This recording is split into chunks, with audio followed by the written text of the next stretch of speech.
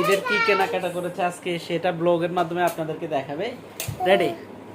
এটাও আমার ঈদের ঈদের আর এই যে এটা দাম করে দেখা। হ্যাঁ, আমরা দেখতে পাচ্ছি এটা ঈদের। এখানে কি কি আছে? এই যে আরেকজন ব্লগার, ছোট ব্লগার, সে দেখাচ্ছে সে ঈদের কি কি কিনছে। এগুলা কি? বাবা এগুলো কিন্তু খায় না। হ্যাঁ, তোমারগুলি দেখাও।